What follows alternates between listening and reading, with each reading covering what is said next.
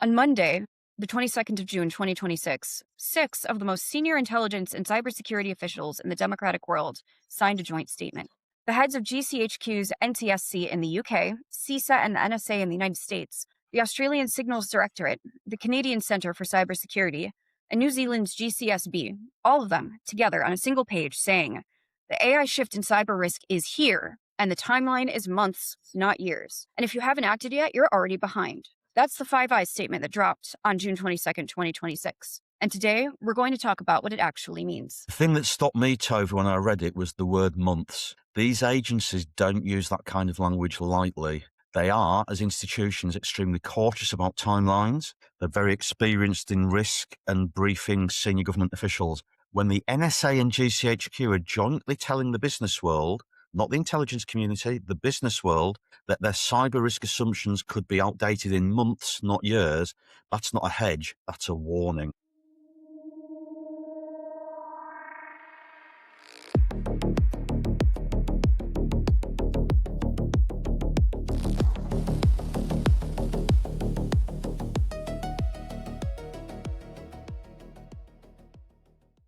Welcome to the Cyber Resilience Brief, a Safe Breach podcast. I'm your host, Tova Dvorin, joined as always by my favorite offensive cybersecurity and AI expert, Adrian Culley. Now, for everyone who hasn't read it yet, I genuinely recommend you do. It's 3 pages, it's publicly available. The statement is titled, The AI Shift in Cyber Risk, Why Leaders Must Act Now. Signed by Richard Horn at GCHQ, Nick Anderson at CISA, David M. Bordino at the NSA, Stephanie Crow at the Australian Signals Directorate, Rajiv Gupta at the Canadian Centre for Cybersecurity, and Catriona Robinson at New Zealand's GCSB. That's the full Five Eyes Intelligence Alliance, aligned, public, at director level. Adrian, when was the last time we saw that? Honestly, Tova, there have been joint advisories, AA-coded joint advisories on specific threat actors, Chinese pre-positioning, Russian destructive campaigns. But a strategic level statement like this, all 5 nations, all 6 signatories, aimed not at the security community but boards and executives, I can't think of a single direct precedent. This is the intelligence community deciding that the pace of change has outrun what it can communicate through normal channels going direct. Well, let's talk about what they're actually saying, because I think there's a risk of reading this as just another cyber is important statement. This one is different. Walk me through the argument that they're making. So the core argument is that AI has fundamentally changed 2 things simultaneously. And these 2 changes compound each other in a way that makes the current period categorically different from what came before. The first change, AI lowers the barrier to entry for attackers. It accelerates reconnaissance, it assists with payload generation, it helps less skilled actors operate at a level of sophistication that previously required significant expertise and resources. The second change, and this one is what most organizations are not internalizing fast enough, AI is compressing the window between vulnerability discovery and exploitation. The statement is explicit on this. Patching processes need to accelerate because AI is shortening the time between when a vulnerability is published and when it's being weaponized in the wild. That second point is the one that should be landing harder than it is, because the traditional response to patch faster is we have to change management processes, we have maintenance windows, we have operational systems that can't just be updated on a Tuesday morning. The Five Eyes are essentially saying that model is broken and AI just broke it faster than you thought it would. Right, and the statement acknowledges the operational reality. It specifically calls out systems with long update cycles as a higher risk category. They're not pretending patch management is simple, but they're also not letting anyone off the hook with it's complicated. The framing is delays in patching are now increasing the risk at a rate that is qualitatively different from what your existing risk models assumed.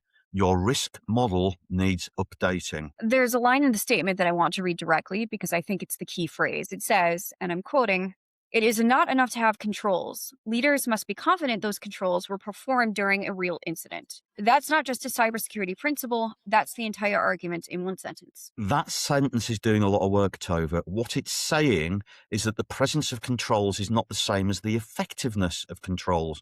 You can have a firewall, an EDR, an identity platform, a SIEM. You can have every category of security tooling covered and still not know whether any of it will actually stop the attack that's coming, because you've never subjected those controls to the conditions under which they'll be tested. Stress testing, it's often referred to as. And in an AI-accelerated threat environment, the conditions change faster.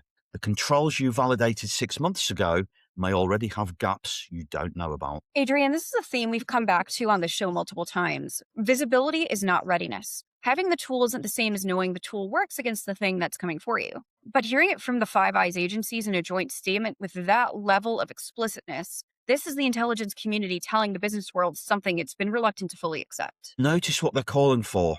They're not calling for more investment in more tools. They're calling for validation. The practical actions they list: reduce your attack surface, accelerate patching, address legacy systems, strengthen identity controls, prepare for incidents. None of these are buy a new product. They're test what you have, understand where you are exposed, and close the gaps you find. That's a fundamentally different ask than the usual cybersecurity is underfunded narrative. Let me double down on that legacy systems point specifically, because they use language that I found striking. Now, they don't call legacy systems a technical problem, they call them strategic liabilities. That's something that here at SafeReach we've been saying for years when it comes to validation, and it's ultimately a finance and board conversation, not an IT conversation. It's a deliberate reframe, you're quite right to highlight, Tova, and it's the right one. A legacy system that's running an unsupported operating system that can't be patched because the vendor is end of life, that can't be isolated because it's too deeply integrated into the operational processes. That system isn't just technical debt, it's an entry point that an attacker with AI-assisted reconnaissance will find, understand, and exploit faster than your team can respond. When the Five Eyes call it a strategic liability, they're trying to force a conversation that too often gets stuck in the IT department and never reaches the CFO or the board. And we'll be right back.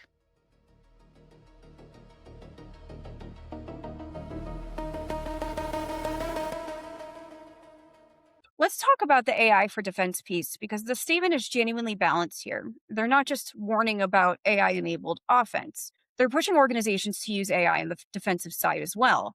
And instead of making general statements about AI is scary, they're being specific about what that looks like. Detect vulnerabilities earlier, improve your software quality, monitor unusual behavior, and respond faster to incidents. The framing there is important. They're saying adversaries are already doing this. Adversaries are already using AI to move faster and more effectively, to quote the report. And defenders that don't match that capability are falling behind.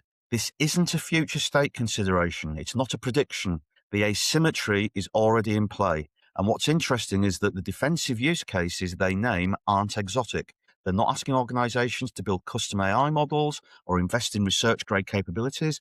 They're saying integrate AI tooling into what you already do for the outcomes you're already supposed to be achieving: earlier detection, better software, faster response. The AI component accelerates those. It doesn't replace the underlying security practice. The whole of organization language in the statement is also worth unpacking. They use the phrase whole of organization and whole of society response. That's a quote. And it's also language borrowed from national resilience doctrine.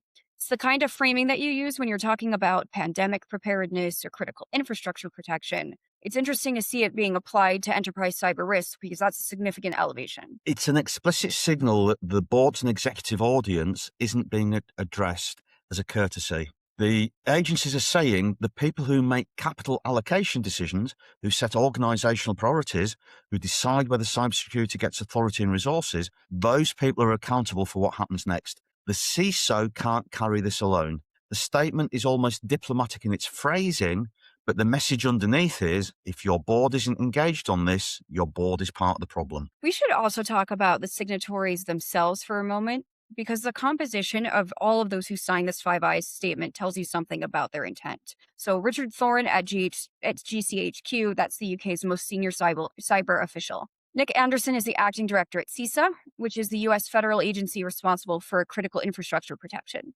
David Imbordino is director of cybersecurity directorate at the NSA. That's the signals intelligence community's offensive and defensive cyber capability in one role. These aren't mid-level policy officials. These are the people who see the threat picture in full. When they say frontier AI models are anticipated to exceed current industry expectations, and that timeline is months, they are not guessing, they are warning. They have visibility that the public sector doesn't. When CISA and NSA say something about the pace of AI-enabled threat development, they are drawing on classified collection, on intelligence sharing across the alliance, on analysis that the private sector does not have access to. That's why the months, not years framing is significant. They're not extrapolating from public reporting. They're telling you what they know, and we should pay attention. And we'll be right back.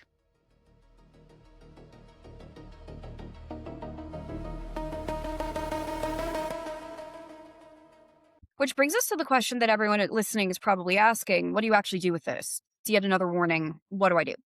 Because the statement gives 5 practical actions, but they're not prescriptive, they're directional. So for the CISO who reads this statement this week and goes back to their team, what does Monday morning look like, and what is he or she going to be telling them? So I think the honest answer is that Monday morning looks like a hard conversation about whether your current security program answers the question the statement is asking, which is, do your controls perform under real conditions? And the reason that's a hard conversation is that for many, if not most organizations, the answer is we believe so, but we haven't tested it systematically. You have your tooling, you have your configuration baselines, you may have done a penetration test in the last 18 months, but continuous systematic validation of whether your controls stop the techniques that current threat actors are actually using, that's where most programs have a significant gap. The statement specifically calls out the defense in depth principle as well. Resilience cannot depend on a single solution or technology. And it anticipates emerging AI-specific vulnerabilities, including 0 days that don't exist yet. By the way, if you haven't listened to our episode on this, go back and listen to episode 64 on your Cyber Resilience Brief radio dial. Anyway, these 0 days that don't exist yet is a remarkable thing to put in a public document. They're essentially saying the attack surface you're defending today will look different in 6 months. And you need to build a program that can adapt to that, not one that assumes a fixed threat landscape. The 0 day point is significant.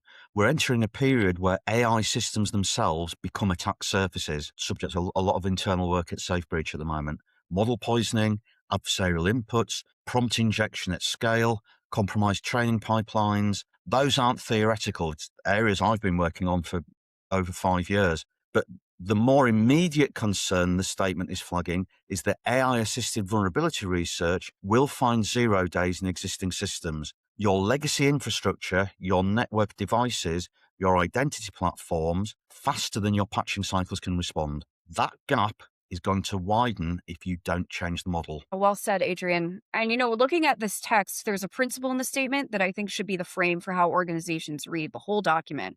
They write, and I quote here, "Breaches will occur. Preparedness helps you contain them quickly and prevent escalation into major operational and financial crises." End quote. That's assumed breach thinking, made explicit by 6 intelligence agency heads in a public document. This is not a drill.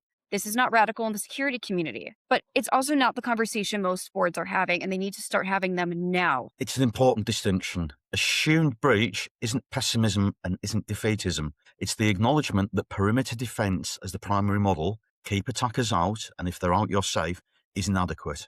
The assumed breach model says your job is to minimize dwell time, to detect lateral movement early, to contain the blast radius, to get to recovery fast. And all of those outcomes depend on having tested whether your detection and response capabilities actually work under the conditions an attacker will create. The 5 Eyes aren't just calling for better defenses, they're calling for validated defenses. And we'll be right back.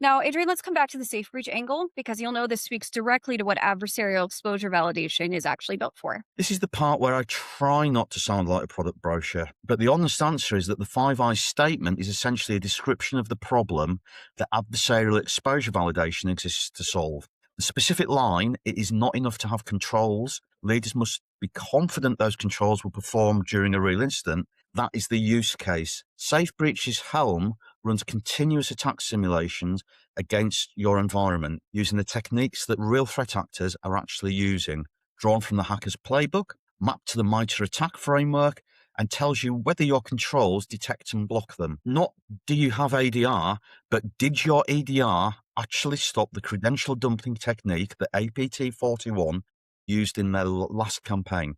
That's a different question, and the 5 Eyes are saying it's the question organizations should be asking. And the patching prioritization point connects directly to breach impact scoring, knowing which of your unpatched vulnerabilities sit on live attack paths, so you're not treating every CVE as equally urgent when your team has finite capacity. Exactly. The statement says AI is shortening the window between vulnerability discovery and exploitation. The response to that isn't to patch everything faster. That's not operationally realistic. The response is to know which vulnerabilities are on attack paths that reach your critical assets and to prioritize those.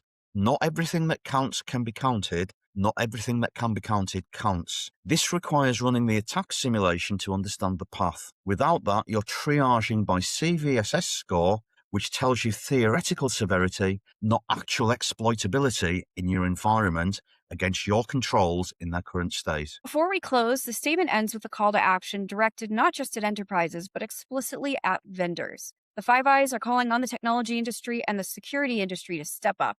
What's your read on that? It's a pointed inclusion. Secure by design and secure by default is one of the core principles they list, and that's directed at software vendors as much as security teams. The agencies have been pushing the secure by design agenda through advisories for the past 2 years.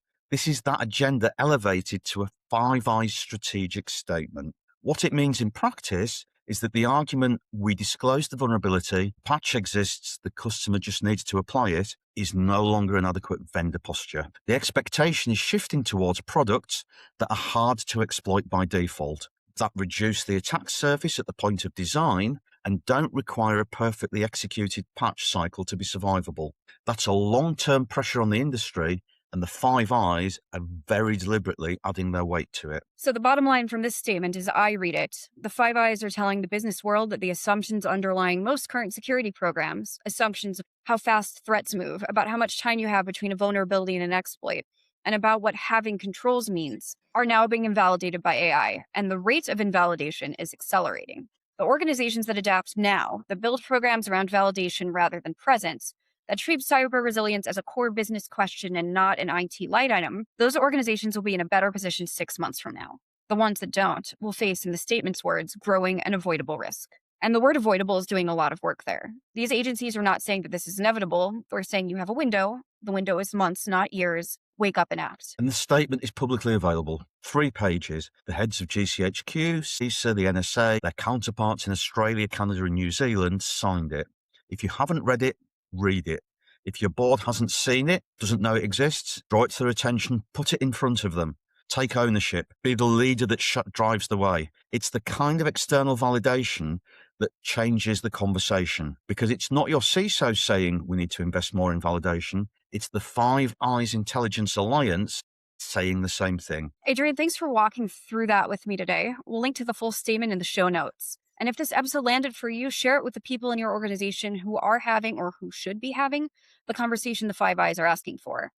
In the meantime, we'll be back next week. See you all then. And until then, stay safe with SafeBreach. The Cyber Resilience Brief is a SafeBreach podcast. Executive produced by Adrian Culley and Tova Dvorin.